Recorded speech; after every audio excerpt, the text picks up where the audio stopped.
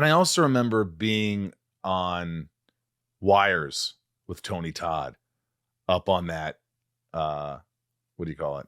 Oh, the bridge. The bridge or whatever in level 3. Yeah. And I remember like once we were up there and it was uncomfortable. We had these wires hooked up to us and we're dangling for a long time. And he goes, "Come on. What are we doing now? What are we doing now?" Like for a second, it was uncomfortable. He just kind of like said, "Hey, let's go." And they picked it up.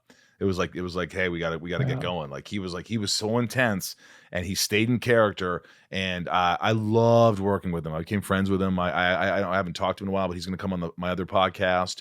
And yeah, Tony's coming on, and I'll definitely talk about this. But what an intensity he brought.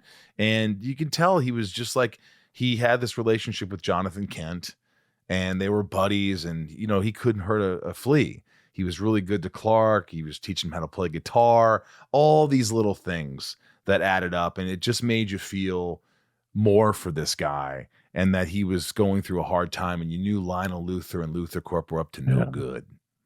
Well, he was a gentle giant, and he's very intimidating as a person. But I can tell you that there's nothing comfortable about wire work.